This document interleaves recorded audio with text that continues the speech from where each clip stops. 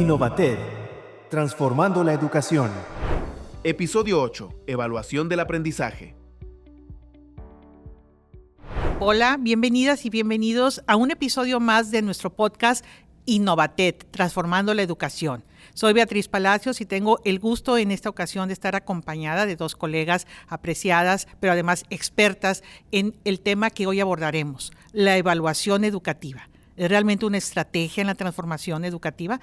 Hoy sabremos más al respecto y tengo el gusto de saludar a mis colegas Rafaela Diegoli. Bienvenida y gracias por venir y abordar este tema, que yo sé que es un tema que a muchos de nuestros colegas en la audiencia les interesa. Vicerrectora académica del TEC de Monterrey y hoy presente aquí con nosotros.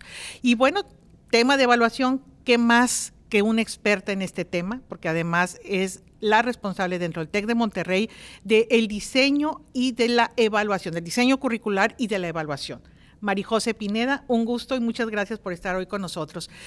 Y yo quisiera, antes que nada, porque este es un tema que muchas personas en nuestra audiencia les interesa y hemos visto en redes que cada vez más se habla de la evaluación educativa. Y sabemos que la evaluación pues, es un sistema, es una forma sistémica de estar recopilando información para poder conocer cómo está el aprendizaje de nuestros estudiantes. Pero hoy en día podemos hablar de evaluación de esta misma manera simplista. ¿Realmente la evaluación educativa es una estrategia o es simplemente una herramienta más en los procesos educativos, Rafaela? Gracias, Betty, gracias por la invitación, un gusto estar aquí con ustedes. Qué bueno comenzar por ahí porque la evaluación es un proceso central dentro de la estrategia educativa. En el momento en que definimos qué debe saber el estudiante y, consecuentemente, cuál es el compromiso de la institución en su formación, el siguiente paso es exactamente darse cuenta de cómo vamos a poder observar que estamos cumpliendo o no con este compromiso. Entonces, muchas veces resumimos o hacemos con que la evaluación se vea solo como un aspecto profesor-estudiante, pero la verdad es mucho más sistémico porque es una retroalimentación, una mejora continua, no solo para el estudiante, pero para todo el sistema universitario. Nos da información de nuestro diseño curricular, nos da información de nuestro proceso de enseñanza-aprendizaje. De cierta manera, como comenté al inicio, es retroalimentar en qué medida nosotros como institución estamos logrando el compromiso que hicimos con cada estudiante. Bueno, pues frente a esto que comentas, estamos frente a un reto importante que es aprender a aprovechar los datos duros que nos da una evaluación bien hecha, más allá de simplemente poner una calificación a un alumno. Y en este sentido, Marijose, hoy estos retos de evaluar además de el conocimiento una competencia y dar calificaciones numéricas, pero al mismo tiempo logros de competencia, ¿qué está implicando para las instituciones educativas? Gracias, Betty, por la oportunidad. Y bueno, yo creo que, como mencionaba ahorita Rafaela, creo que el tema primero tenemos de ahí, o sea, de hablar de evaluación como una estrategia para la mejora, implica también que hay diferentes audiencias de esa evaluación, ¿no? Entonces, creo que reconocer que la evaluación, el primer usuario y el primer dueño de la evaluación del aprendizaje es el estudiante. Entonces, en ese sentido, creo que evaluarlo en términos de competencias es acompañarlo y ayudarlo a que tome conciencia del desarrollo que ha logrado y aquellas áreas o brechas de oportunidad en el tema de ser competente, o sea, de ser capaz de, con lo que ha aprendido, con lo que sabe, hacer algo, ¿no? Creo que ese tema. Entonces, sí, definitivamente es un reto, amplía, pero sobre todo creo que amplía los instrumentos que tenemos que tomar y amplía también las finalidades de la evaluación. Creo que cuando hablamos de la evaluación solo como una forma de certificar, ¿sí? O como finalmente acreditar y decidir y tomar una decisión, estamos como acotándola mientras hablamos de evaluar para aprender. O sea, podemos hablar de evaluar del aprendizaje, evaluar para el aprendizaje. Y creo que cuando metemos a la ecuación el término de que queremos desarrollar estudiantes competentes, estamos moviéndonos cada vez más a esta arena de la evaluar para el aprendizaje, ¿sí? O sea, evaluar como un momento de aprendizaje también. Bueno, esto parece sencillo. Yo sé que no es sencillo, pero sobre todo no es sencillo decidirnos en las instituciones educativas a hacer el cambio. Rafaela, ¿cómo hemos vivido en una institución como el Tecnológico de Monterrey el llevar a un cambio estratégico esta forma de ver la evaluación? Ahorita lo explicaba muy bien Marijose y parece algo tan simple, pero no lo es. O sea, ¿qué ha implicado desde el punto de vista del diseño de una estrategia donde el modelo educativo tenga estas formas de evaluar de manera correcta? Yo creo que el reto viene desde una definición muy clara de lo que quieres observar. Creo que también es importante en una institución como el TEC de Monterrey tener acuerdos en términos de criterios, y eso en nuestra institución se llaman rúbricas, ¿no? Que son rúbricas institucionales. Cuando tienes tantos profesores, tantos campus y quieres mantener un mismo estándar de exigencia, es muy importante tener criterios unificados. Eso es un reto bastante importante y creo que la calidad de nuestra evaluación y de nuestra retroalimentación a los estudiantes depende en gran medida también de los instrumentos que usamos y de los acuerdos que hacemos como académicos. Creo que luego hay un tema operacional que no es menor, ¿sí? Es decir, cuáles son los procesos para hacer eso, cuáles son los habilitadores para hacer eso. Pero dejé por último lo que para mí me parece que es la transformación más difícil, que es de esa cultura de evaluación. Escuchaba el comentario de Marijose, la última pregunta, y me acordaba de algunas anécdotas que hemos escuchado de profesores que dicen, es que yo no evalúo competencias, yo evalúo conocimientos, como si fueran cosas duales y diferentes, ¿no? Cuando en una evaluación de competencias está la evaluación del conocimiento y del uso que hace el estudiante del conocimiento. Entonces, entre el aprender el lenguaje, que es parte de la cultura, aprender también lo que significa y hasta mismo tener una predisposición muy positiva a esa nueva manera de ver el proceso de evaluación. Seguro tienes ahí otras anécdotas o otros comentarios. No sé si quieres complementar, Marijose. Sí, en esa parte creo que el tema también, por ejemplo, es, bueno, la evaluación pasa al final, como si fuera un momento específico en el que ahora ya evalúo. Cuando, como tú lo decías, ¿no? La evaluación, a final de cuentas, es estar observando, sí, estar observando con una finalidad, que eso es lo que creo que Rafaela también ahorita decía, y esa finalidad es en la que nos tenemos que poner de acuerdo. Porque si cada uno estamos observando diferentes cosas, pues al final estamos retroalimentando diferentes cosas y será muy difícil determinar si estamos llegando a donde queremos llegar. Entonces, esos acuerdos que para mí surgen del modelo educativo que declares. Cuando tú declaras un modelo educativo y dices, bueno, ¿cuál es la finalidad, cuál es la promesa que estamos haciendo como institución educativa, al nivel educativo que tú quieras? ¿Cuál es esa promesa? Bueno, ¿cómo la vas a hacer real? Y creo que el tema de decir en diseño, cuando haces un diseño didáctico, que tú eres experta en las diferentes modalidades, cuando poníamos anteriormente la evaluación como que al final, ¿no? ¿Recuerdas? O sea, como que era esta idea de que la evaluación pasa al final. Y entonces, cuando dices, en el momento que yo pongo una meta, ahí la siguiente pregunta es, ¿y cómo la voy a evaluar? ¿Y cómo voy a saber si la cumplí? Entonces, es una decisión que tienes que tomar casi de manera inmediata que determinas a dónde quieres llegar.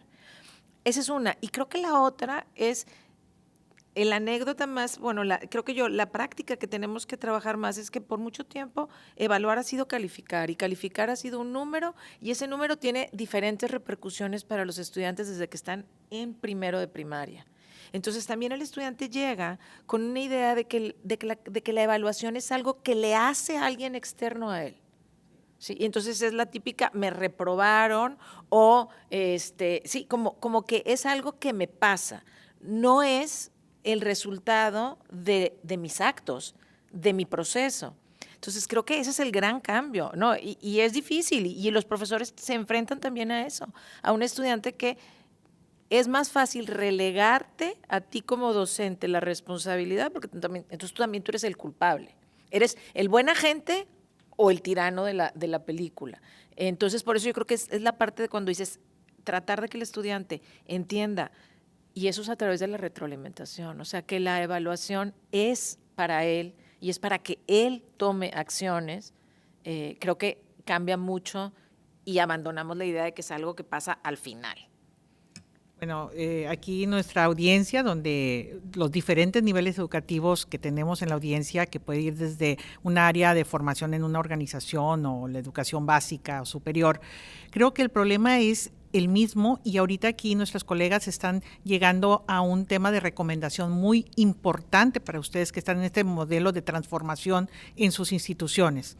La evaluación se tiene que considerar como un acto continuo, que lo decía ahorita Marijose, que no es un momento, que no es un tema numérico, es un tema donde realmente sabemos qué queremos lograr como institución, a dónde queremos llevar el aprendizaje del alumno, y en ese momento la evaluación tiene que ir hilvanada, como lo decías también, Rafaela, a lo largo de todos los procesos formativos que estamos diseñando y implementando en nuestras instituciones. Entonces, no es un tema menor, y en este tema hablábamos también de nuestros docentes, y una de las cosas que resulta muchas veces de los docentes es: ¿y cuándo hago el proceso como ustedes me dicen? Porque es muy fácil poner un examen al final, pero si ahora me dicen que ahora tengo que evaluar en un proceso continuo, con retroalimentación, con aseguramiento de la evaluación de la competencia en su forma integral, ¿cuándo voy a hacer eso? O sea, ¿qué podríamos responder al que lleva a la práctica estos nuevos modelos de evaluación? Bueno, algo que he observado, y aquí un poco de anécdota. Cuando era líder de profesores, siempre identificas el error de un profesor que está impartiendo clases por primera vez porque pone demasiadas actividades evaluativas. ¿Sí? Es así, el error típico del profesor que por primera vez está impartiendo clases.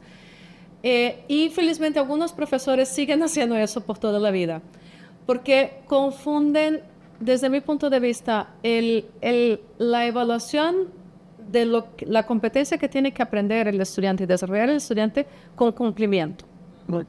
Y entonces es, para que lean lo que quiero que lean, hago una evaluación. Y entonces tenemos 30 actividades en un curso o en una materia a donde a lo mejor deberían haber 6. Y eso hace con que se transformen muchas actividades en algo irrelevante, porque el estudiante mismo se cuestiona por qué estoy haciendo eso. Sobrecarga el profesor en la labor evaluativa. ¿Sí? Entonces yo creo que un buen diseño de un plan de evaluación conlleva pensar qué es imprescindible que yo observe y que yo califique. Porque como decía, una cosa es evaluar, otra cosa es calificar. Puedo observar algo y simplemente dar retroalimentación sin que eso sea una calificación. Y pensar muy bien cuáles van a ser mis tiempos para hacer eso. ¿Sí? Hay instrumentos que dejamos de usar, exámenes orales dejamos de usar. Dejamos de usar rúbricas de observación del trabajo del estudiante en clase. Y luego nos vamos acotando a un número muy limitado de estrategias. Y por último, lo que comento es que tampoco dedicamos tiempo a enseñar al estudiante a que sea el protagónico en ese proceso. Porque el estudiante también tiene que estar consciente de lo que tiene que desarrollar. Y si está consciente de eso, él también puede hacer una autoevaluación muy profunda, ¿no? Pero tenemos que enseñarle a hacerlo. Creo que con la coevaluación tengo la misma opinión de que es un instrumento muy poderoso, pero no dedicamos tiempo suficiente a enseñar a los estudiantes a hacer este juicio de evaluación. Mi comentario al final es, un error que cometemos como profesores es vernos como el único ente evaluador adentro del salón de clase. Completo. Y perdón, ahí nada más creo que la frase esta de evaluar más no es evaluar mejor. Claro. Sí. Y qué potente estas finales conclusiones que dicen sobre este tema, porque a la larga, ahorita creo que parte de nuestro reto que tenemos en las instituciones educativas es poder estar diseñando estas nuevas maneras de evaluar pero al mismo tiempo mantenemos lo que tenemos y terminamos llenando al alumno con el nuevo modelo de evaluar contra tu evaluación tradicional en lo que corrijo todo. Entonces, estamos haciendo que el alumno realmente viva un proceso donde todavía tiene que lidiar con la manera en que nosotros como instituciones estamos implementando los cambios en modelos evaluativos. Pero, ¿qué podemos hacer centralmente, María José, tú que trabajas tan de cerca en este proceso de llevar soluciones desde la parte que nosotros hablamos top-down, es decir, cosas centrales que podemos hacer en nuestras organizaciones para ayudar este proceso del día a día que van a estar haciendo nuestros docentes en el aula? Yo creo que ahí, por eso cuando mencioné la parte de inicia con el modelo educativo, es en la medida que sea natural los diferentes momentos y escenarios para observar. Por ejemplo, en el caso específico de nuestra institución, el hecho de tener los retos como una estrategia práctica dentro del diseño del currículum, ahí automáticamente estás favoreciendo el que sea una observación de desempeño. ¿Sí? Entonces, estás favoreciendo esos momentos en los que puedes observar, retroalimentar al estudiante.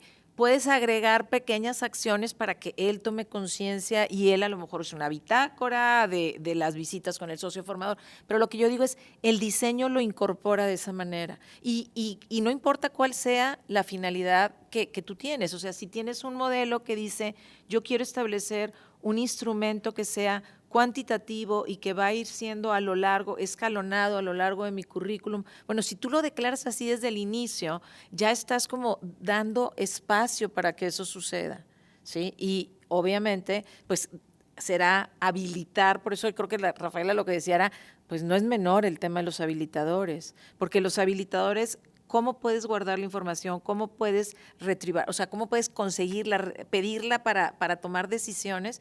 Pues tiene mucho que ver cómo está habilitado. Y bueno, ahorita estás sacando a colación un tema que no hemos abordado. Y hoy en día, además del uso de la tecnología de manera genérica, los procesos de evaluación se están viendo transformados, impactados o retados por las nuevas tecnologías, especialmente la inteligencia artificial, ¿sí? O sea, yo creo que más allá de todo lo que nos puede aportar como una oportunidad la tecnología, los retos son inminentes. Entonces, Rafaela, nuestros modelos de evaluación en tiempos de inteligencia artificial, ¿cómo son? ¿Cómo deben ser? No sé cómo deben ser. Tengo algunas opiniones y a ver qué podemos construir de ahí. Yo creo que tiene que haber una discusión primero a nivel institucional de qué esperamos de esas evaluaciones. Y te voy a dar un ejemplo de un tema que hemos discutido mucho, inclusive en la selección que estamos haciendo de herramientas para los profesores.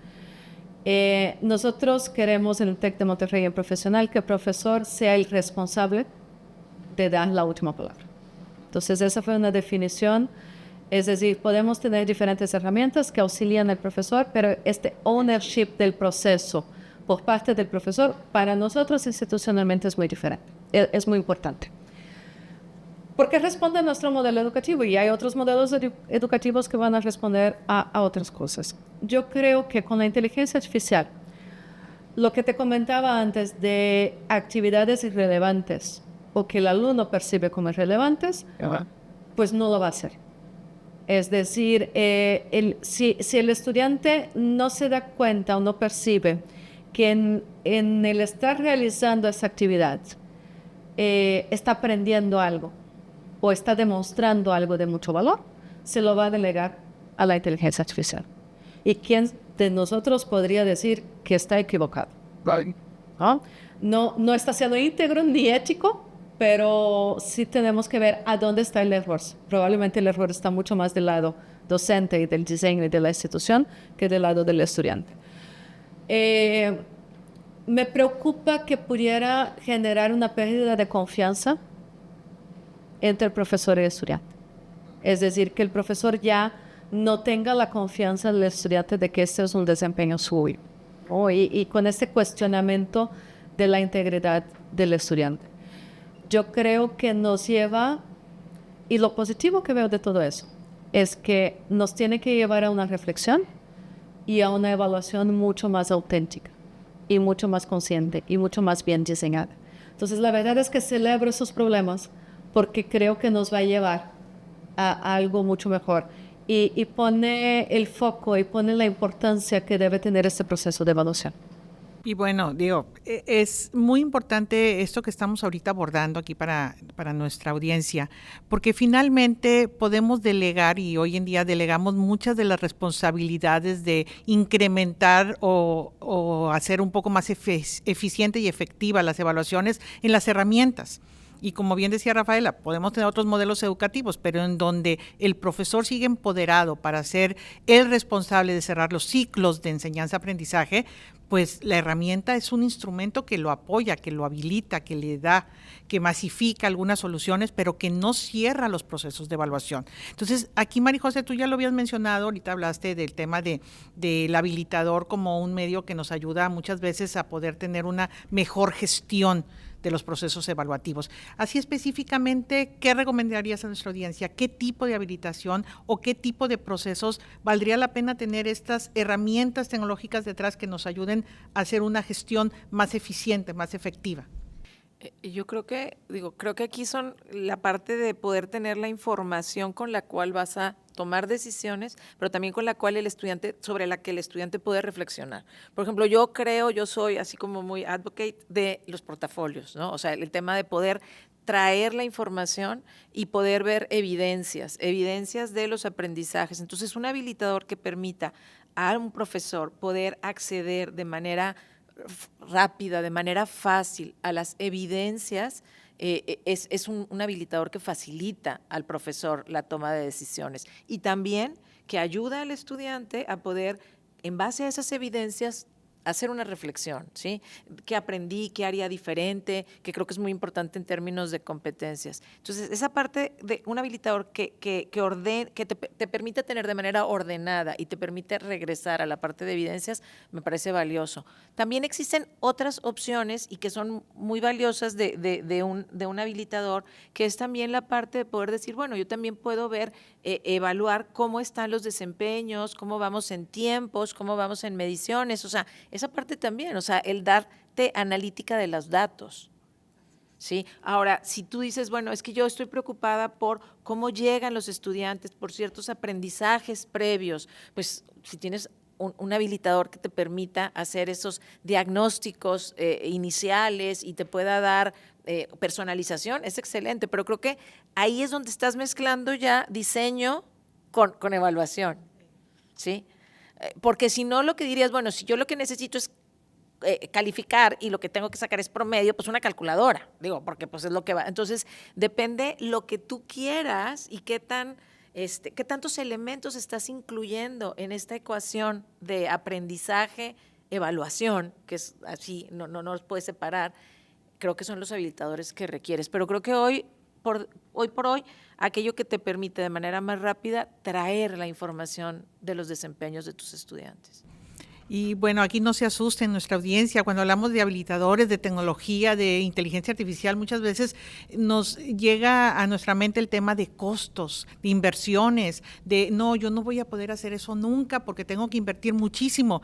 Siempre he comentado que las tecnologías más sencillas, sabiéndolas utilizar y sabiendo para qué las queremos, muchas veces son las más económicas que tenemos en nuestro alcance y nos queremos ir por las cosas más complejas. Hoy en día hay muchas herramientas que ya te permiten la interpretación de datos, la gestión de portafolios, que también es un tema que ustedes van a necesitar mucho para los temas de evaluación, o el tema, por ejemplo, de rúbricas, que también mencionabas, María José, el poder tener localizables las rúbricas para que el docente más fácilmente las pueda dar seguimiento.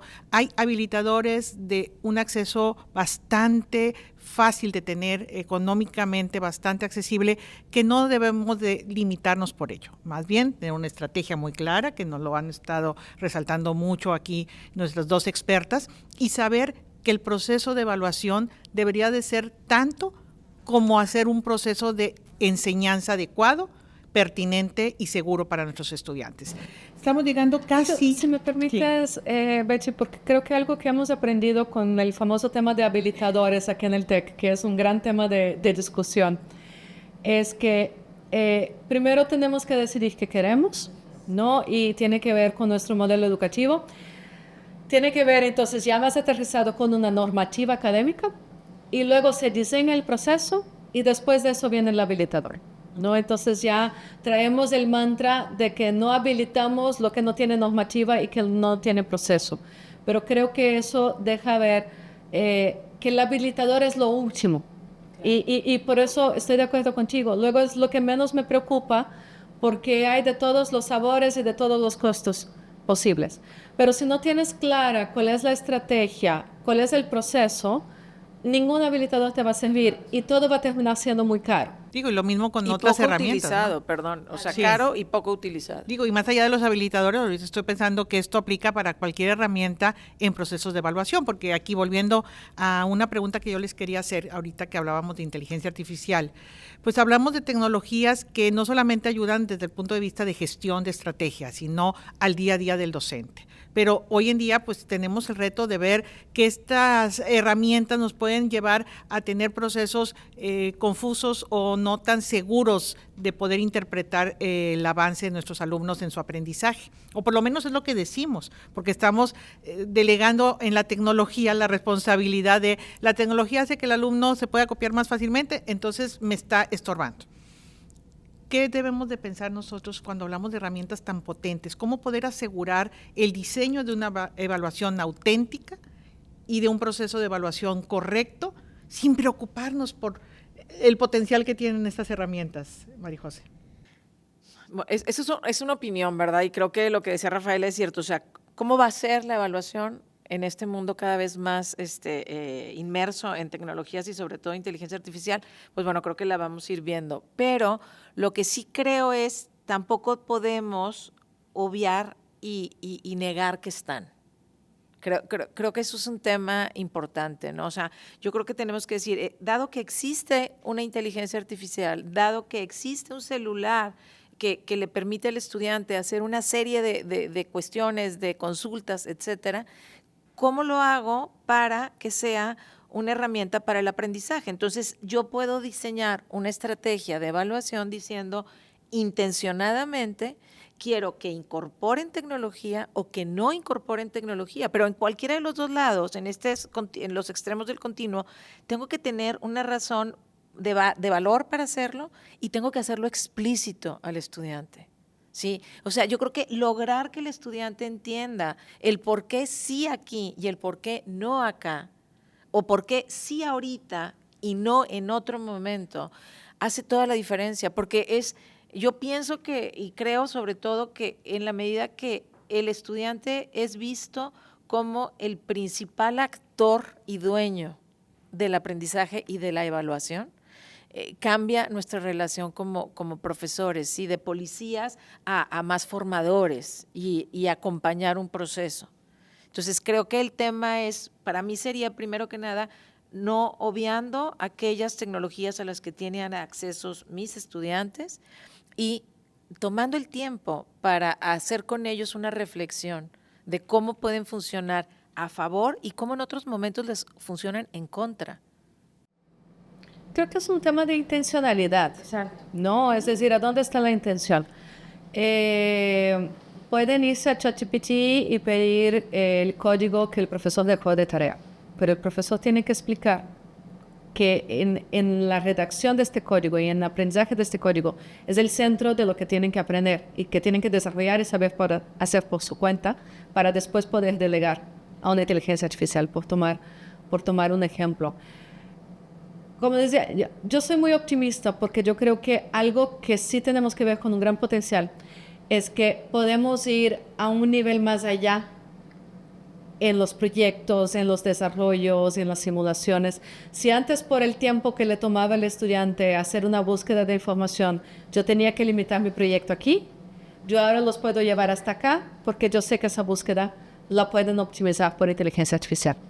Pero yo creo que el centro de todo eso es una intencionalidad y me encanta lo que dices. Hay que compartir con el estudiante esa intencionalidad porque para hacerlo relevante y hacerlo consciente de su proceso de aprendizaje.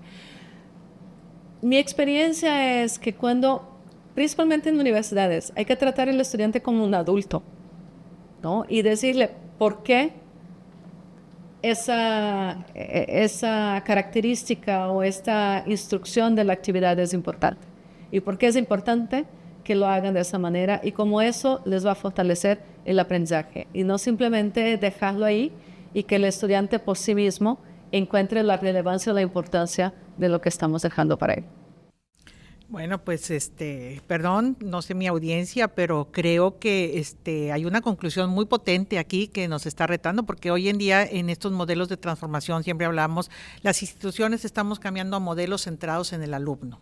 El alumno es el que es el centro y el que lleva sus procesos de aprendizaje, pero no les estamos delegando esa participación en los modelos de evaluación.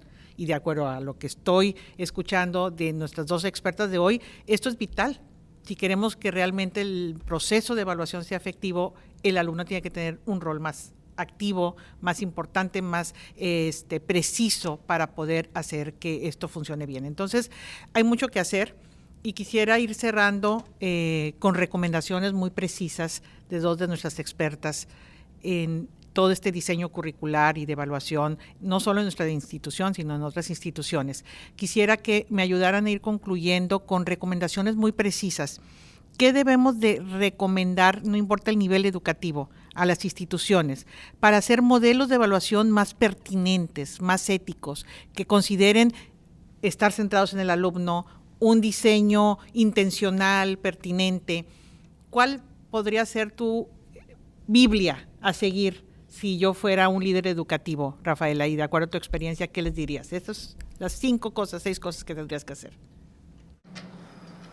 A ver, creo que la primera, hay que traer el proceso al centro del modelo, ¿no? Y ya lo comentaba María José, no es un afterthought, no es algo al final, es lo que viene inmediatamente después de que yo definí, ese es el perfil de mi egresado.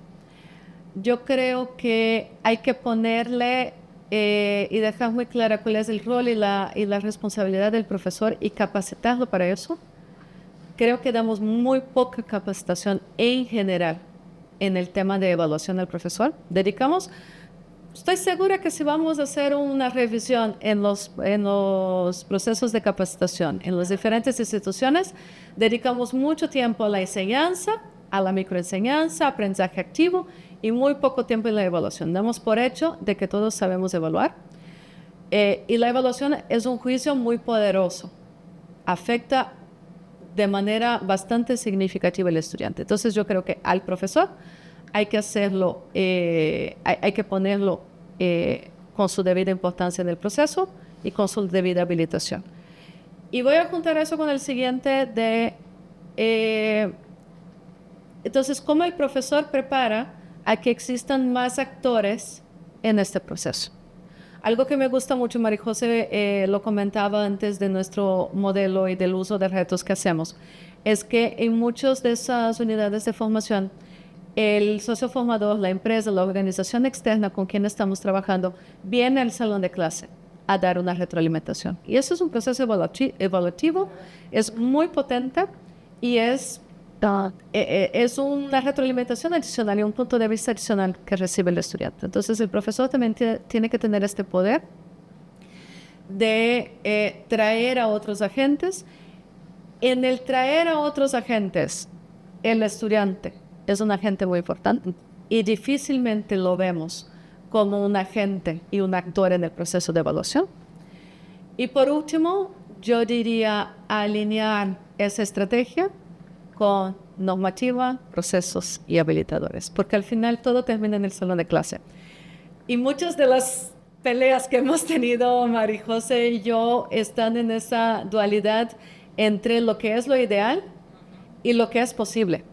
Okay. ¿Sí? Y eso se tiene que hablar abiertamente, ¿no? De a dónde están los trade-offs que sí nos tenemos que permitir para poder entregar un mejor proceso en la operación.